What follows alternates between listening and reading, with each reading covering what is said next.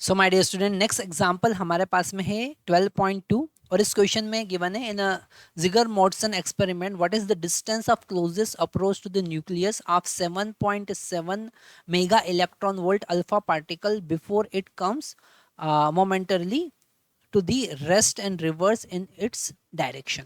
तो यहाँ पर अगर हम रदरफोर्ड के कॉन्सेप्ट को देखते हैं, है ना, और जगर मॉडसन एक्सपेरिमेंट में हमने गोल्ड फॉइल लिया, है ना। गोल्ड फॉइल में हमने ये अल्फा गोल्ड फॉइल में हमने ये न्यूक्लियस कंसिडर किया है गोल्ड का।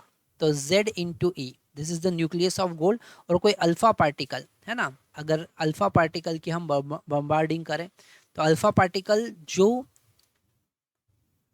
यहाँ तक क्लोजेस्ट डिस्टेंस तक जाएगा और फिर अपने डायरेक्शन को रिवर्स कर लेगा। ओके, यही हमने उस पूरे कॉन्सेप्ट में देखा है। तो यहाँ पर हमको ये क्लोजेस्ट डिस्टेंस फाइंड करना है, दैट इज आर। हम यहाँ पर कॉन्सेप्ट यूज करेंगे कि जो भी इसका काइनेटिक एनर्जी है, जो इस अल्फा पार्टिकल का काइनेटिक एनर्जी है, वो पूरा का पूरा काइनेटिक एनर्जी उसके पोटेंशियल एनर्जी में कन्वर्ट हो जाएगा। तो काइनेटिक एनर्जी हम यहाँ पर लिख सकते हैं, यही कॉन्सेप्ट यूज कर रहे हैं हम, काइनेटिक एनर्जी या what ever the energy of alpha particle. Okay, तो हम यहाँ पर लिख सकते हैं energy of alpha particle, energy of alpha particle will convert into the potential energy. Okay, will convert into the potential energy, वो potential energy में convert हो जाएगी। तो यहाँ पर मान लेते हैं अभी उसके पास में स्टार्टिंग में E अमाउंट ऑफ एनर्जी था और वो U पोटेंशियल एनर्जी में कन्वर्ट हो रहा है ना। अल्फा पार्टिकल पर अगर हम चार्ज देखें तो +2E होगा। ओके, और यहाँ पर अगर न्यूक्लियस पे चार्ज देखें तो Z ही E है ना। तो यहाँ पर इलेक्ट्रोस्टैटिक पोटेंशियल एनर्जी की हम बात करेंगे, मतलब E जो होगा वो कन्वर्ट होगा Q1 Q2 divided by 4 pi epsilon not R, and this R is the closest distance of approach. Okay, तो यहाँ पर अगर हम R कैलकुलेट करें तो Q1 मतलब अल्फा पार्टिकल पर चार्ज की बात करें तो वो होगा 2E। Q2 मतलब जो गोल्ड फॉइल में गोल्ड का न्यूक्लियस है उस पर हम चार्ज की बात करें तो Z इंटू ई होगा, और Z का वैल्यू कितना होता है यहाँ पर 79 divided by 4 pi epsilon not E, है ना। तो यहाँ से हम क्लोजेस्ट डिस्टेंस कैलकुलेट कर सकते हैं। तो अगर हम इसको कैलकुलेट करेंगे तो 1 divided by 4 pi epsilon not का वैल्यू कितना होगा 9 इंटू 10⁻⁹, है ना। Z का वैल्यू हमने कितना लिखा 79। अगर हम गोल्ड की बात करें तो उसका एटॉमिक नंबर कितना होता है 79 होता है। ई स्क्वायर मतलब 1.6 इंटू 10⁻⁻19 और इसका स्क्वायर। ओके, और यहाँ पर हमारे पास में ई जो हमारे क्वेश्चन में गिवन है वो 7.7 मेगा इलेक्ट्रॉन वोल्ट गिवन है।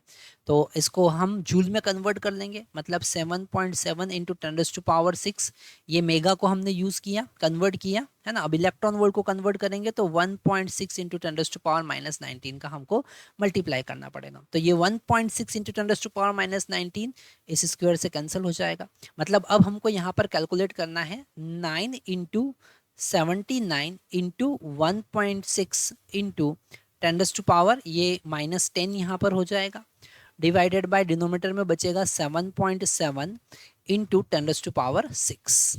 ओके, इसे हम जब कैलकुलेट करेंगे तो हमारे पास में, एक बार आपको यहाँ पर कैलकुलेशन कर, यहाँ पर इसका कैलकुलेट करने के बाद हमको जो वैल्यू मिलेगा वो मिलेगा 3 इंटू 10⁻⁻14, अप्रोक्सीमेट 3 इंटू 10⁻⁻14, जिसको हम लिख सकते हैं 30 इंटू 10⁻⁻15, मतलब कि 30 फर्मी। फर्मी को हम लिखेंगे FM, फर्मी, है ना।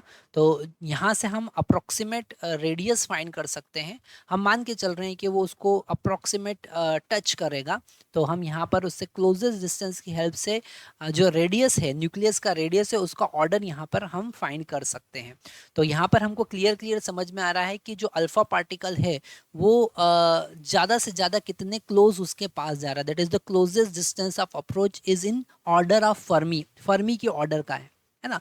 तो हमको यहाँ से क्लियरली समझ में आ रहा है कि अगर हम न्यूक्लियस का रेडियस देखें तो वो 10⁻⁻15 मीटर या फिर फर्मी के ऑर्डर का होगा, है ना। तो जो रदरफोर्ड का मॉडल है उसी से हमको न्यूक्लियस के रेडियस का कॉन्सेप्ट पता चलता है, उसका ऑर्डर यहाँ से हमको पता चलता है।